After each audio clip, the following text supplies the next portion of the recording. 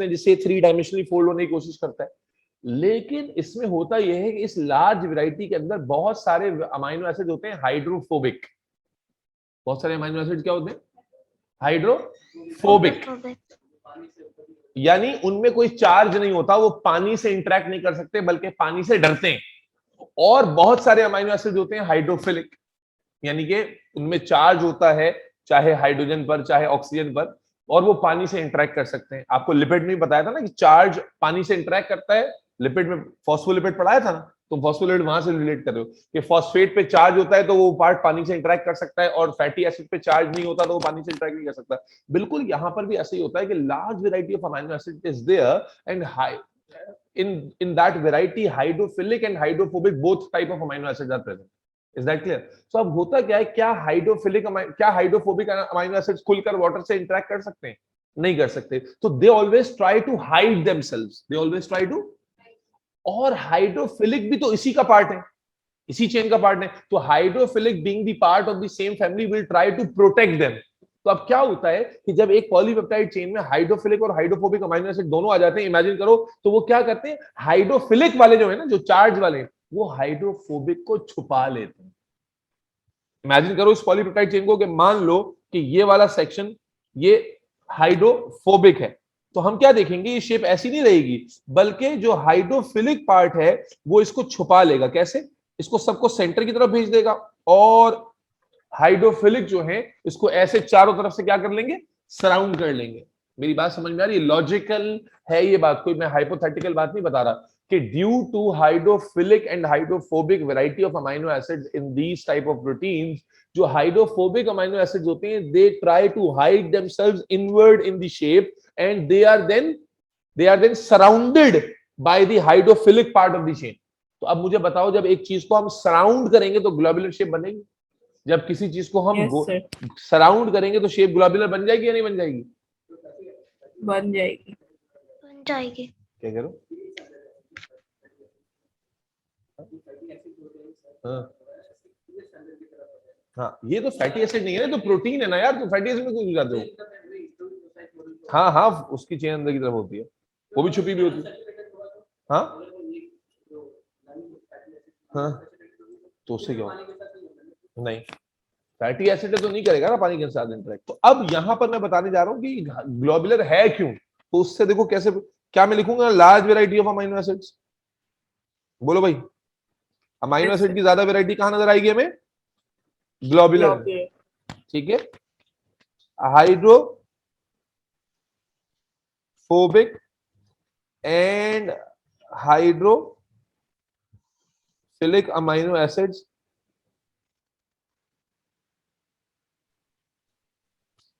Are present. Exam में पूछेगा why फला प्रोटीन इज ग्लोबुलर, तो अभी इसका रीजन लिखने जा रहा हूं। क्या रीजन आ जाएगा? Hydrophilic amino acids surround hydrophobic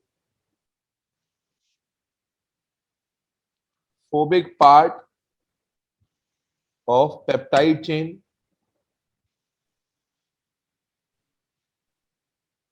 giving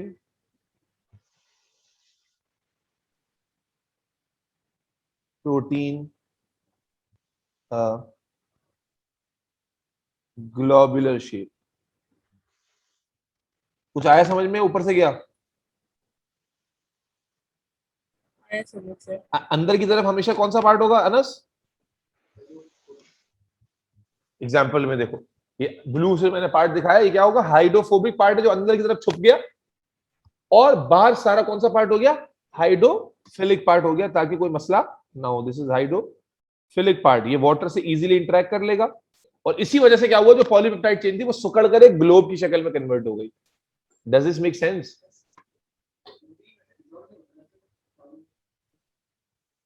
protein soluble होते हैं क्या? क्या तुम किधर क्या मिला रहे हो भाई? सॉल्युबिलिटी का ताल्लुक सॉल्युबिलिटी का ताल्लुक पोलैरिटी पर है ना, चार्ज पर। तो यहाँ चार्ज आ रहा है ना, स्टोर नहीं होते। सॉल्युबल होना और स्टोर होना दो अलग चीज है भाई। थोड़ी क्वांटिटी में होते हैं, जो जो इस्तेमाल के लिए होती है, एक्सेस नहीं होता उसमें। हाँ, हाइड्रोफिलिक एंड हाइड्रोफोबिक पार्ट हो गया। तो क्या तुम्हें अनस समझ में आया कि reason of being globular in shape क्या है? क्या ये सारे बच्चों को समझ में आ गया? सर अच्छा, मुझे एक और बात बताओ, जब ये छोटे हो, अच्छा सरफेस एरिया भी छोटा लेते हैं, मुझे आंसर भी करते हो, छापो बाद में, पहले आंसर करो। साइज में भी छोटे कर लिया इन्होंने अपने आप को, साइज में भी छोटा कर लिया, और बाहर वाली सरफेस भी पोलर है, बाहर वाली सरफेस भी चार्ज है, तो पानी से इजीली इंटरेक्ट कर सकते हैं या नहीं कर सकते? और क्या इजीली ट्रांसपोर्टेबल होंगे या नहीं होंगे? सॉल्युबल होंगे या नहीं होंगे? सारी प्रॉपर्टीज आ गई, रीजन के साथ समझ में आ गई। देखो, जो चीज पोलर चार्ज रखती है वो पानी से इंटरेक्ट कर सकती है, तो बाहर वाली साइड सारी चार्ज है, तो ये पानी से इंटरेक्ट कर सकते हैं। और क्योंकि साइज में भी छोटे हैं, चार्ज भी है, तो पानी इनको अपने साथ डिसॉल्व करके मूव करा सकता है। या सुनो, साइज भी देखो, मूव कर ट्रांसपोर्ट करने में दो चीजों का रोल होता है, सॉल्युबिलिटी होनी चाहिए और साइज छोटा होना चाहिए। बाज दफा अगर साइज बहुत बड़ा हो जाए तो उसको मूव कराना बहुत मुश्किल हो जाता है। यस और नो? ठीक है। और अगर साइज बहुत छोटा है लेकिन पोलैरिटी नहीं है, तब भी मूव नहीं करा सकते क्योंकि पानी उसको लिफ्ट नहीं कराता। तो यहां पर हम क्या कहेंगे? What do you think, should they B soluble और इनसॉल्युबल? सॉल्युबल। अब एग्जामिनर रीजन के साथ पूछेगा, सो हम क्या कहते हैं? ग्लोबुलर प्रोटीन जो होते हैं वो, बता रहा हूं, प्रोटीन्स आर सॉल्युबल। अब सॉल्युबल के रिलेशन में रीजन पूछेगा वो कि क्यों सॉल्युबल कहा आपने, तो आप उसका रीजन क्या देंगे कि small surface area with outer, relate हो रहा है, hydrophilic peptide chain, so can interact with water and are easy to transport or therefore are soluble। Reason के साथ समझ में आया? साइज, दो फैक्टर्स कंट्रीब्यूट करते हैं, साइज का छोटा होना भी एक फैक्टर है और पोलैरिटी का होना, और दोनों है इसके पास। अगर कोई चीज साइज में बड़ी है, मैं अब फिर वॉशरूम से एग्जांपल देता हूं मैं, कि चलो वॉशरूम से नहीं, वैसे रिलेट तो तुम ज्यादा उसी से कर पाते। मान लो कि तुम एक सहन धो रही हो, अब सहन में गंदगी पड़ी हुई है ना, गंदगी पड़ी हुई है, मान लो वो नहीं, गंदा वॉशरूम ही एग्जांपल आ रही है, तो मान लो वॉशरूम में किसी ने ज्यादा सामान उतार दिया। अब जब ज्यादा सामान उतार दिया, वो सॉल्युबल नहीं होता, वो मटेरियल सॉल्युबल नहीं है, ज्यादा क्वांटिटी है, तो आप देखिए पानी बहुत ज्यादा प्रेशर का इफेक्ट डालना पड़ता है। अगर वही कम हो तो उस लो प्रेशर पे भी चला जाता है। समझ, रिलेट हो रहा है नहीं हो रहा है? तो बिल्कुल ये साइज डज मैटर। हाँ, लो, अब इतनी डिटेल में मत जाओ कि डायरिया है कि क्या, फिर मैं तुम्हें अपनी मेडिकल रिसर्च बताऊंगा तो फिर तुम्हें और घिनाहट होगी। बताया था ना, 300 अलग पेशेंट से सैंपल कलेक्ट किए थे हमने स्टूल्स के, हर कलर के, हर तरह के, हरे, काले, पतले, गाढ़े, उनके स्टूल टेस्ट करवाए थे फिर हमने।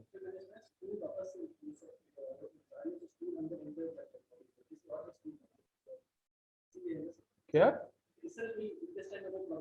हाँ हाँ।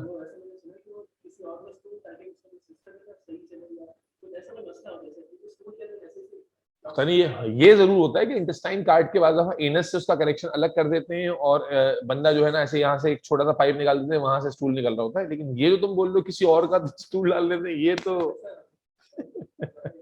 बहुत एडवांस हो गए तुम भाई। रीजन के साथ समझ में आई सारी डिस्कशन यहाँ तक? बोलो भाई। Yes sir. तो वैरायटी ज्यादा कहां होगी? ग्लोबुलर शेप का क्यों है, इजीली ट्रांसपोर्टेबल क्यों है, सॉल्युबल क्यों है, सबका रीजन उसी बात पे घूम रहा है, स्मॉल साइज और हाइड्रोफिलिक चेन का जो सराउंड करना है। यस और नो? अच्छा, अब मुझे बताओ कि दूसरी तरफ जो फाइब्रस प्रोटीन है, तुम्हें लगता है कि इसमें भी बहुत ज्यादा वैरायटी होगी अमीनो एसिड की? क्योंकि अगर इसमें भी बहुत ज्यादा वैरायटी होती तो फिर वही बात है, हाइड्रोफिलिक हाइड्रोफोबिक आ जाता और इसका भी फोल्ड हो जाता। क्या ये फोल्डेड है?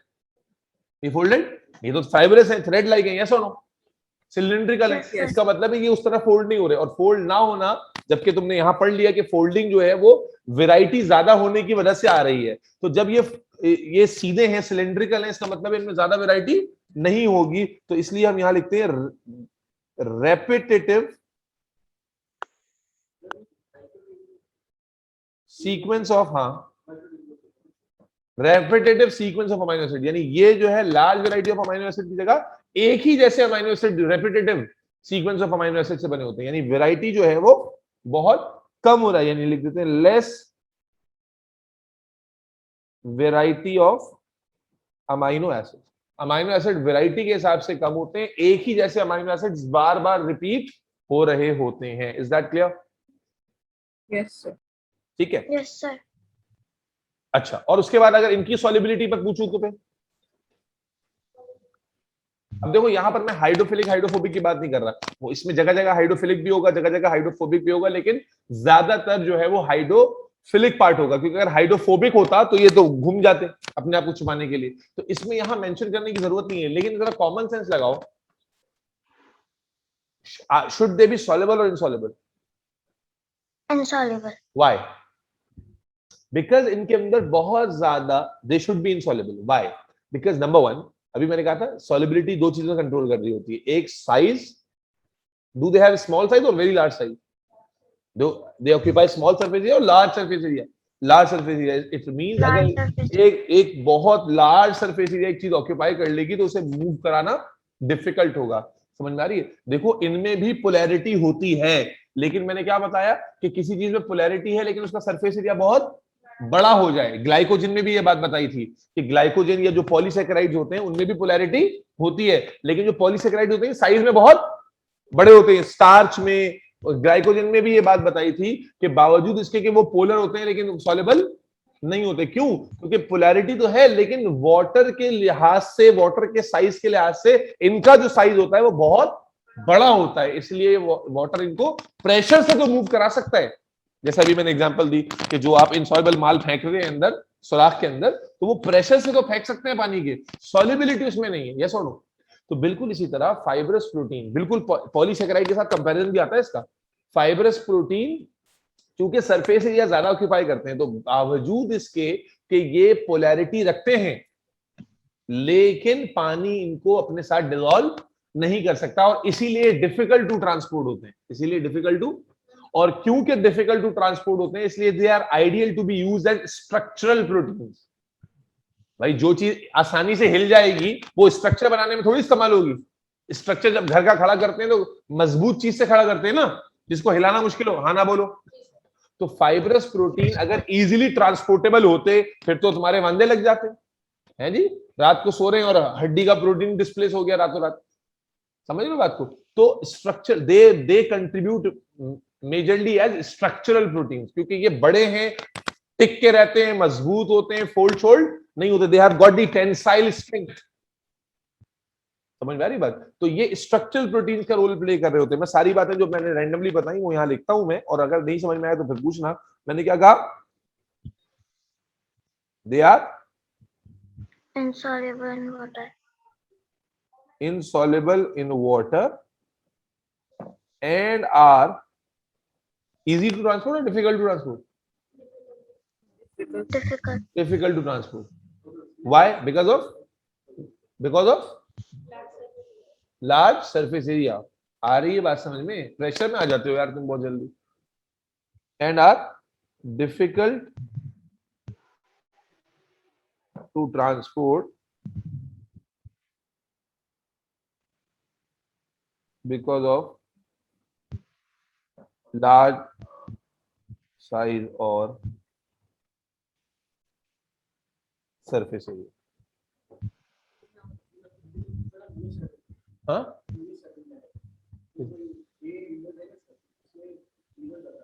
AI बिल्डर्स ने,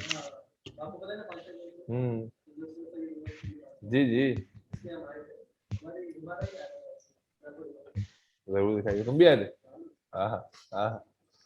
अभी समझ में आ रहा है? तो साइज चूंकि बड़ा है, वैरायटी कम है, फोल्ड नहीं होते, और जब साइज बड़ा है, डिफिकल्ट टू ट्रांसपोर्ट है, तो they contribute as functional protein और स्ट्रक्चरल प्रोटीन।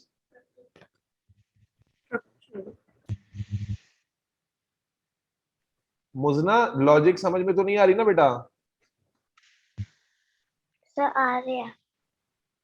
ठीक है बेटा, ये गेम हो रही थी।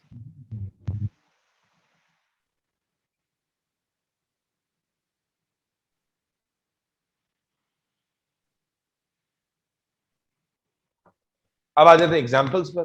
तो इधर अगर इस कैटेगरी की एग्जाम्पल्स की बात कर लें तो आपने पढ़ा हुआ है एंजाइम्स, ओ लेवल से पढ़ते आ रहे हैं। क्या पढ़ता था? एंजाइम जब भी बनाते थे गोल सा बनाते थे। All enzymes are globular proteins and therefore आप देखते हैं एंजाइम इजीली ट्रांसपोर्टेबल है, एक जगह से दूसरी जगह चले जाते हैं। Enzymes are globular in shape. ठीक है, कैसे होते हैं एंजाइम? इसके अलावा आ जाए तो हीमोग्लोबिन। इसी तरह अभी एक एग्जांपल लिखवा रहा हूं, अगले चैप्टर में तुमसे पूछूंगा। हिस्टोन प्रोटीन, हिस्टोन प्रोटीन जो डीएनए जिस पे रैप हुआ होता है, ये तीनों ग्लोबुलर शेप के प्रोटीन है।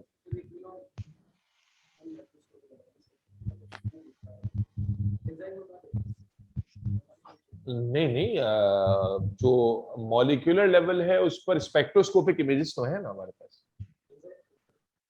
Enzyme is a big molecule ना, बिग बिग कंपाउंड।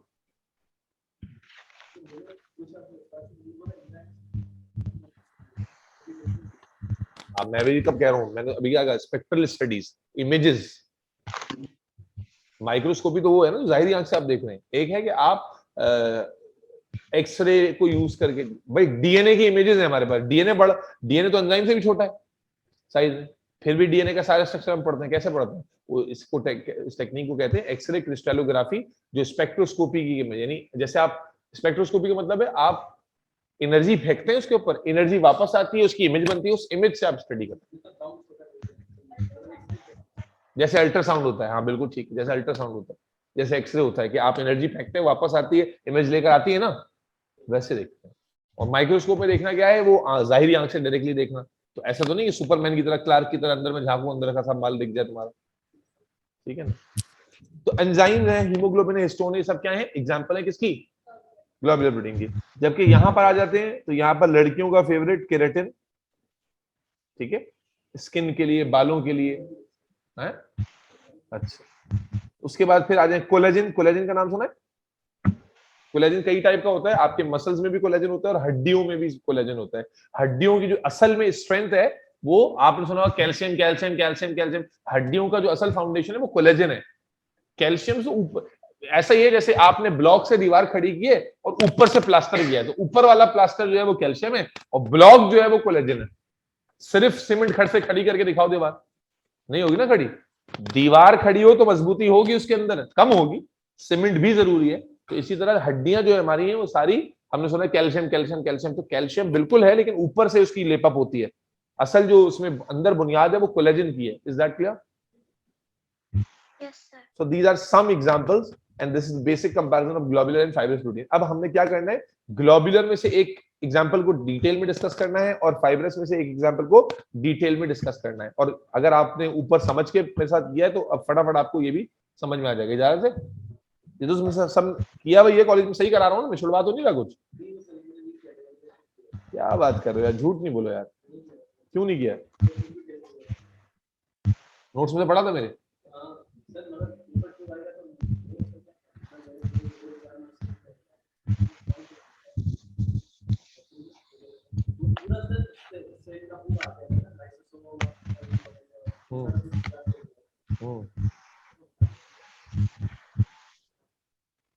तो ग्लोबुलर प्रोटीन में से हमने क्या, कौन सी एग्जांपल लेने जा रहे हैं बेटा?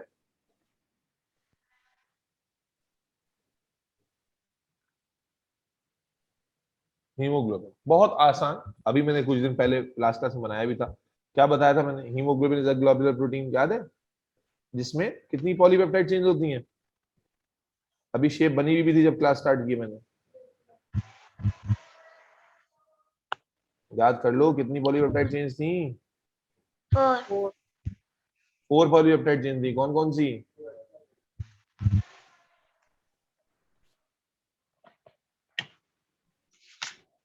आज पाकिस्तान का वार्म अप। अबे इंडिया पाकिस्तान को बहुत धोएगा, मैं बता। इंडिया की जो खतरनाक टीम है ना, एक सब,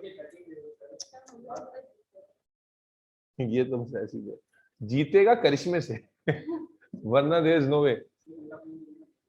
मैं तो कह रहा हूँ कोई स्क्रीनिंग का इंतजाम करते हैं फुल, संडे को मैच, शाम में है ना संडे को मैच? अच्छा, तो हमने क्या कहा था बेटा, 2 अल्फा पॉलीपेप्टाइड चेंज होती हैं और दो बीटा पॉलीपेप्टाइड चेन होती है। ओवरऑल शेप कैसी होती है, ग्लोबुलर होती है। अब आए जरा इसके फीचर्स डिस्कस कर लेते हैं। जो हलवा होंगे आपके लिए, क्योंकि आप चीते हैं। आप क्या हैं, चीते। चलो जल्दी से बता दें।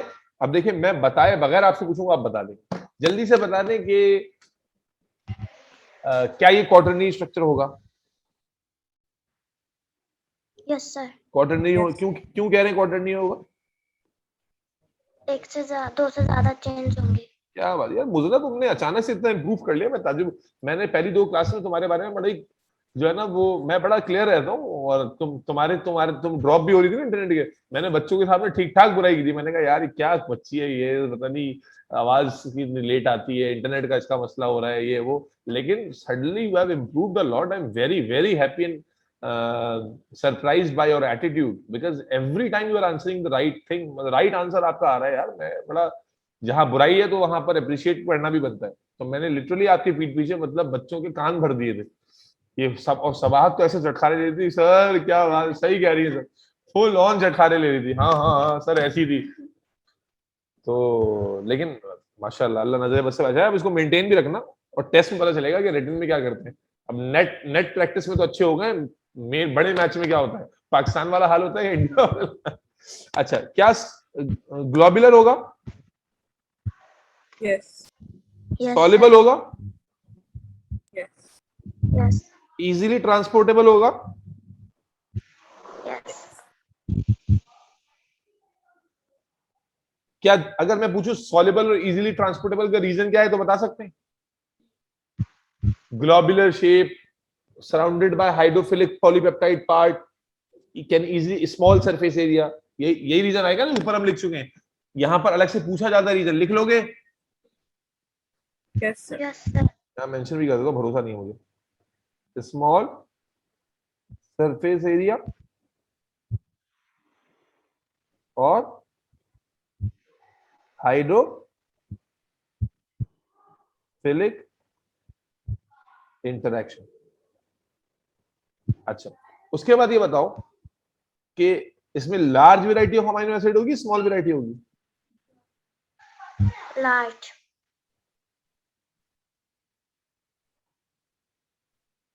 एग्जाम में पूछेगा ग्लोबुलर क्यों है, बता दोगे? क्योंकि Yes. Hydrophilic part of the chain surrounds hydrophobic part. अच्छा, एग्जाम में पूछेगा ये स्ट्रक्चरल प्रोटीन क्यों नहीं है, तो बता दोगे? क्योंकि स्मॉल सरफेस एरिया है इसका, और सॉल्युबिलिटी इसकी है, इसलिए इजीली ट्रांसपोर्टेबल है, which does not make it ideal to be function as structural protein. Yes और नो? Yes. इसके बाद आ जाए कुछ, ये तो सारी बातें आपने खुद ही बता दी। अब कुछ इजाफी बातें। बेटा, हर पॉलीपेप्टाइड चेन के पास सेंटर में एक ग्रुप होता है जिसको हम हीम ग्रुप कहते हैं। हर पॉलीपेप्टाइड चेन के पास सेंटर में एक ग्रुप होता है जिसे हम हीम ग्रुप कहते हैं। क्या कहते हैं? Heme group. तो मैं यहां पर लिखने लगा थोड़ा बायोलॉजिकल टर्म में। एंजाइम आप लोगों ने मुझसे पढ़ा नहीं, वरना ये बात पता होती।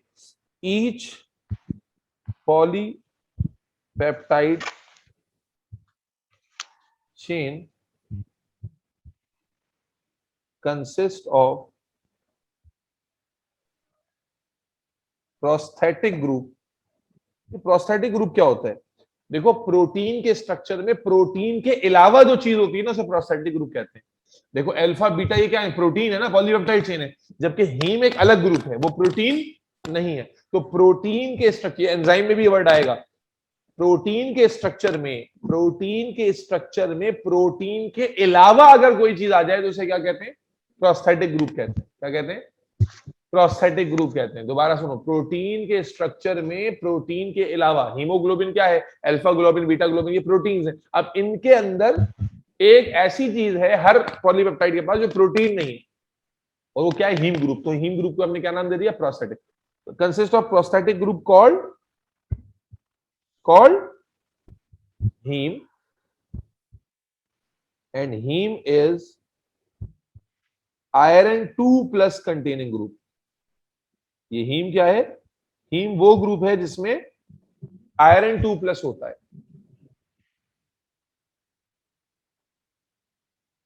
iron 2 plus of heme readily combine.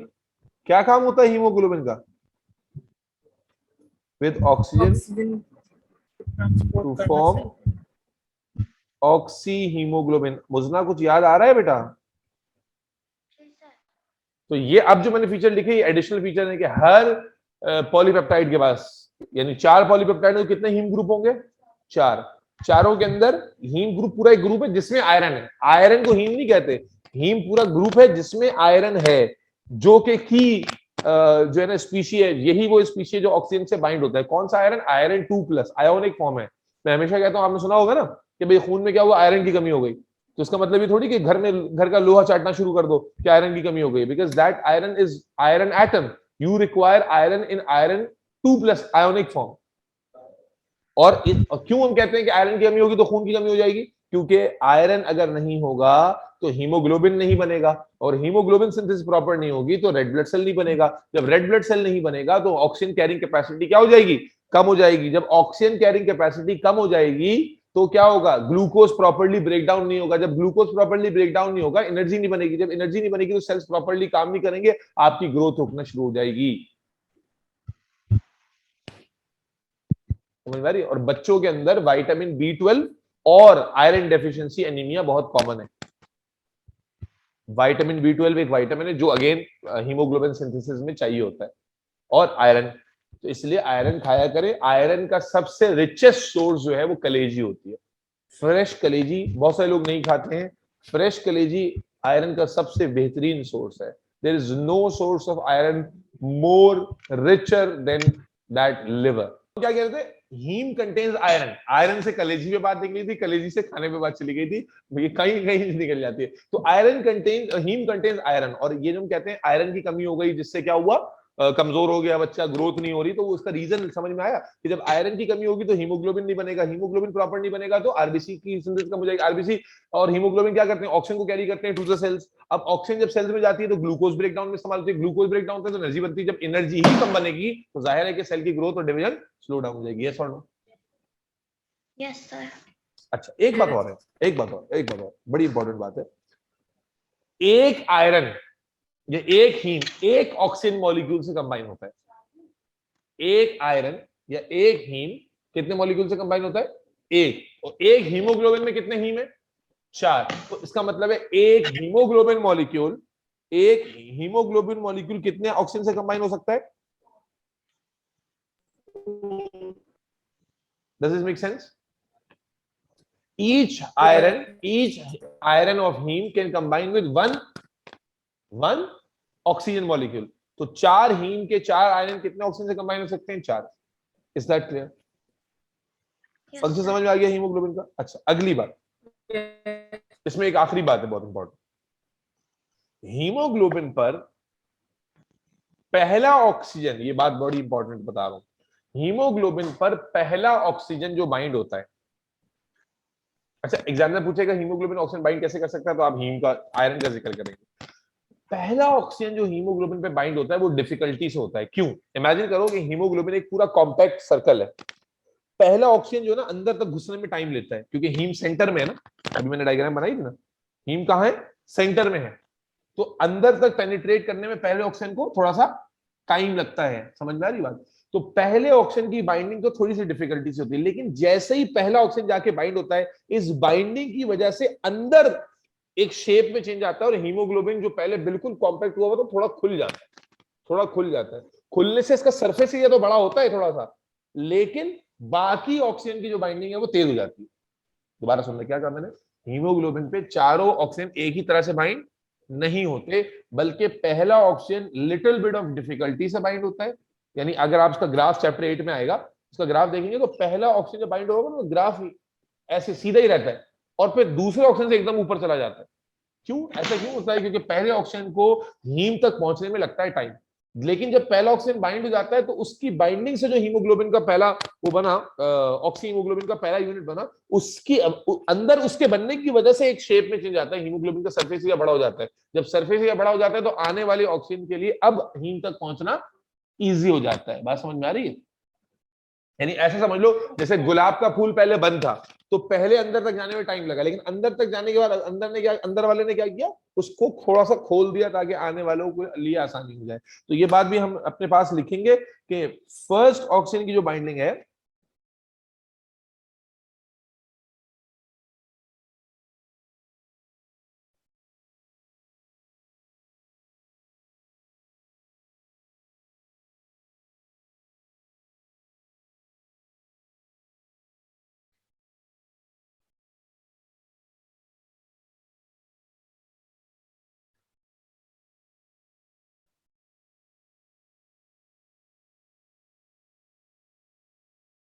मुजना इनकलाब, बात समझ में आ रही है बेटा?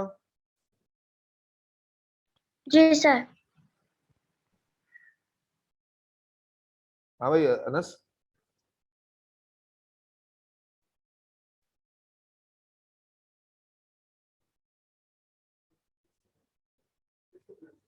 हम्म हम्म।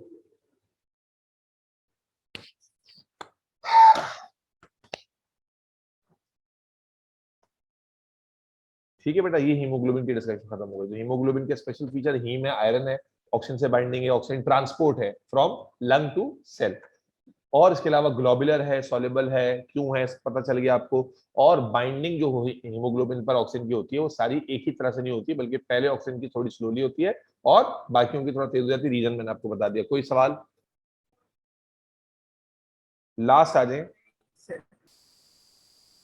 लास्ट आ जाए, फाइब्रस प्रोटीन की थोड़ी बात हो जाए। नोट कर लिया तुम लोगों ने? मुजना मुजना सर लास्ट पॉइंट नहीं नोट किया। तो बोलो ना, मैं आगे बढ़ रहा हूँ, जल्दी से बोलो।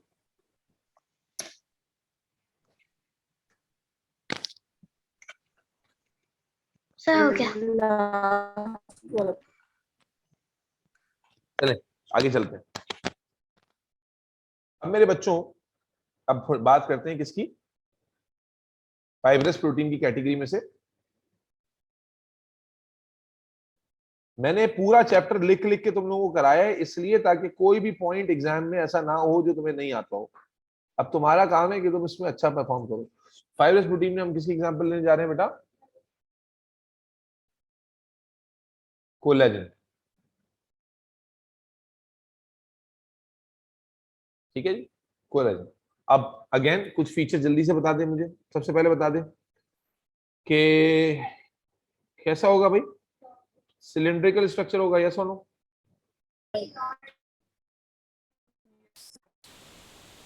विद लार्ज सरफेस एरिया और small surface area?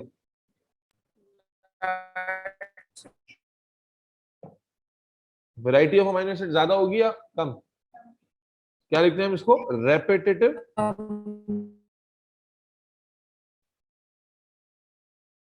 Sequence of amino acid. ये तो जनरल हो गया।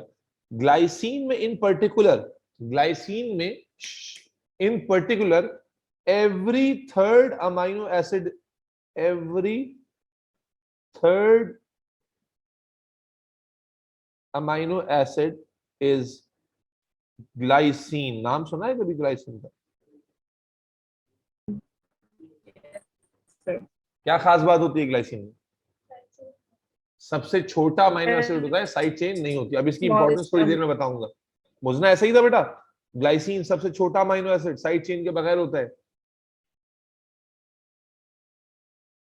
मुझना इनकलाब, हेलो, मुझना का जवाब नहीं आ सॉरी, रहा। मुझे लगा माइक ऑन है। आ गया समझ में? ग्लाइसीन वो जी याद सर। है? अच्छा, इसका इंपॉर्टेंस थोड़ी देर में बताऊंगा। और फिर यानी हर तीसरा अमीनो एसिड ग्लाइसीन है, तो ग्लाइसीन सबसे ज्यादा होगा इसमें क्वांटिटी में। और ग्लाइसीन के बाद अबंडेंट, वैरायटी कम है ना इसमें, abundant quantity of lysine as well. अब एक और अमीनो एसिड लिख दिया मैंने, ग्लाइसीन और लाइसीन। अब लाइसीन का क्या खास है ये भी बताता हूं अभी थोड़ी देर, सब समझ में आ जाएगा। 2 मिनट रुक जाओ। अब डायग्राम देखो, डायग्राम देखो, उसके बाद फिर फीचर आगे बताऊंगा। देखो मेरे बच्चे, मान लो कि ये है कोलेजन का पॉलीपेप्टाइड चेन, जिसमें मैंने क्या कहा, हर तीसरा अमीनो एसिड कौन है? ग्लाइसिन है। और ग्लाइसिन। जब हर तीसरा अमाइनो एसिड ग्लाइसिन है तो आप जानते हैं कि अमाइनो एसिड की साइड चेन अगर बड़ी बड़ी होती हैं, साइड चेन अगर बड़ी बड़ी हो तो पॉलीपेप्टाइड ज्यादा करीब नहीं आ सकते। मान लो कि इसकी साइड चेन ये बड़ी सी निकली हुई है, इसकी साइड चेन ये बड़ी सी निकली हुई है, तो ये ज्यादा क्लोज नहीं आ सकते ना। अगर ये पॉलीपेप्टाइड चेन ज्यादा क्लोज आने की कोशिश करेंगे तो साइड चेन की वजह से रिस्ट्रिक्शन होगी, यस और नो। और जब ज्यादा क्लोज नहीं आएंगे तो टाइटली बाइंड नहीं हो सकते। तो अल्लाह ताला ने क्या किया है कि ग्लाइसिन, इनको हर तीसरा अमीनो एसिड ग्लाइसिन दिया जिसके पास साइड चेन ही नहीं है।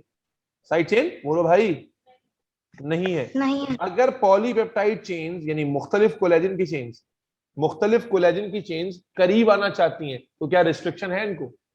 नहीं, रिस्ट्रिक्शन नहीं, क्योंकि हर तीसरा अमीनो एसिड ग्लाइसिन है। तो इसका मतलब है ब्रांच ज्यादा हर्डल नहीं करेगी। इंपॉर्टेंस एग्जाम में पूछेगा ग्लाइसिन का रोल क्या है, कि ग्लाइसिन की वजह से polypeptide chains of collagen can come closer, और जब ये क्लोज आती है इनके दरमियान स्ट्रॉन्ग हाइड्रोजन बॉन्ड्स बन जाते हैं। इनके दरमियान क्या बन जाते हैं बोलो भाई? Strong hydrogen bonds. और हाइड्रोजन बॉन्ड आप जानते हैं किसके दरमियान बनते हैं? CO और NH में। Is that clear? दूसरी चीज, लाइसिन क्यों है? लाइसिन क्या होता है? लाइसिन की खास बात क्या है कि लाइसिन की जो साइड चेन है ना, लाइसिन जगह जगह आ रहा है, हर तीसरा नहीं है लेकिन जगह जगह आ रहा है। लाइसिन की खास बात यह है कि लाइसिन की जो साइड चेन है ना, उसकी शेप हुक की तरह बनती है। किस तरह बनती है? लाइसिन की जो साइड चेन है उसकी शेप एक हुक की तरह बनती है। तो होता यह है कि हर तीसरा अमीनो एसिड ग्लाइसिन है, उसकी वजह से पॉलीपेप्टाइड चेन क्लोज आ गई। और फिर जगह जगह लाइसिन होने की वजह से वो जब करीब आती हैं तो उनकी जो लाइसिन लाइसिन की साइड चेन है वो हुक की तरह एक दूसरे में फंस जाती है। दोबारा समझो, इमेजिनेशन है सारी, कि हर तीसरा अमीनो एसिड ग्लाइसिन है जिससे ये पॉलीपेप्टाइड चेन बहुत ज्यादा करीब आ सकती है। यस और नो? दूसरा दूसरा के जगह जगह पे लाइसिन है बार बार, और उसका जो साइड चेन है वो हुक शेप है। तो जब वो ग्लाइसिन की वजह से करीब आती है तो लाइसिन की जो साइड चेन है वो एक दूसरे को हुक की तरह पकड़ लेती है। हुक शेप होने की वजह से एक दूसरे को टेंगल कर लेती है। इन सब चीजों से क्या हो रहा है? इन सब चीजों से जो पॉलीपेप्टाइड चेन है वो बहुत ज्यादा क्लोजली पैक्ड होगी, हाइड्रोजन बॉन्ड बहुत तगड़ा बनेगा। यस और नो? तो या अच्छा, जिस तरह मैंने बताया था हीमोग्लोबिन 4 पॉलीपेप्टाइड से मिलकर बना होता है, इसी तरह जो कोलेजन है वो 3 पॉलीपेप्टाइड से मिलकर बना होता है। कितने पॉलीपेप्टाइड से? 3।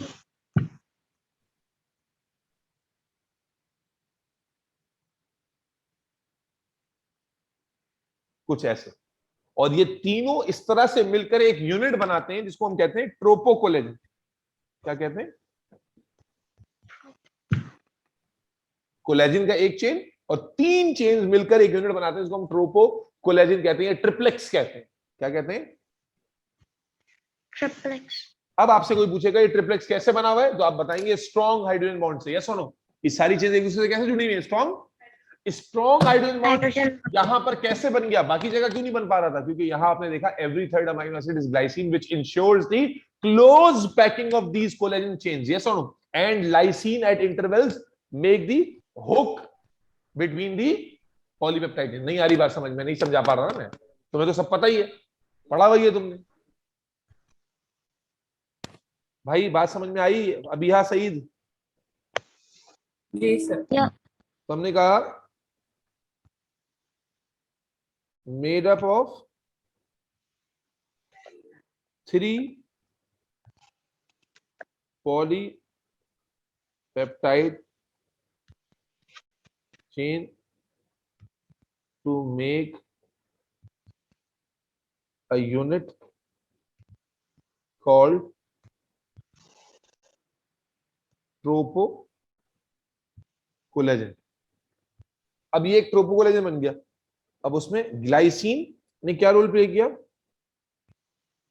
To bring the ensures polypeptide closer. close packing of polypeptide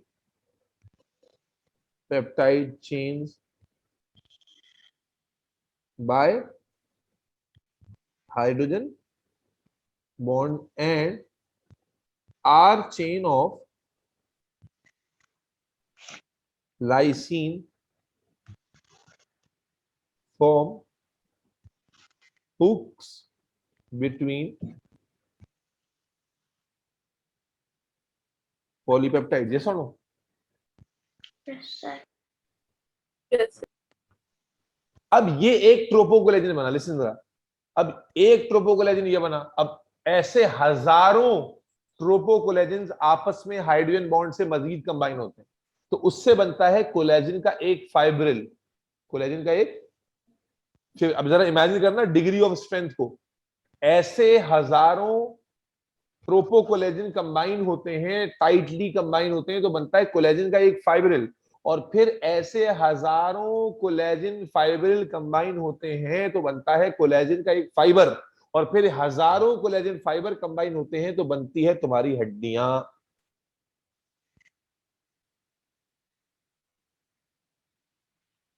तो लेवल लिख देता हूं मैं, कंफ्यूजन ना हो। तो ट्रोपो कोलेजन है जो किसमें कन्वर्ट होगा, कोलेजन फिब्रिल्स में, जो फिर क्या बनाएंगी, कोलेजन फाइबर्स, और फिर कोलेजन फाइबर से क्या बनेगा, स्ट्रक्चर्स बनेंगे। तो एक कोलेजन फाइबर अगर मैं आपको दे दूं तो एक कोलेजन फाइबर में हजारों कोलेजन फाइब्रिल्स हैं, और हर कोलेजन फाइब्रिल जो है वो हजारों ट्रोपो कोलेजन से बना हुआ है, और हर ट्रोपो कोलेजन में 3 पॉलीपेप्टाइड्स हैं, यस और no? Yes, sir. Yes. That's all from cell collagen.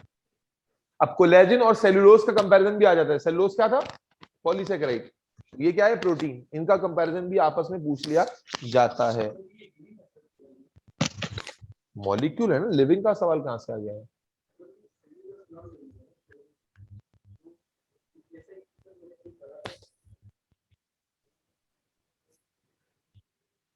सेलुलो molecule non living, living कहां से है? आप ये होता है कि प्लांट सेल वॉल में जब सेलुलोज और लिग्निन डिपॉजिट हो जाते हैं, उसकी परमेबिलिटी खत्म हो जाती है, तो प्लांट सेल डेड हो जाता है।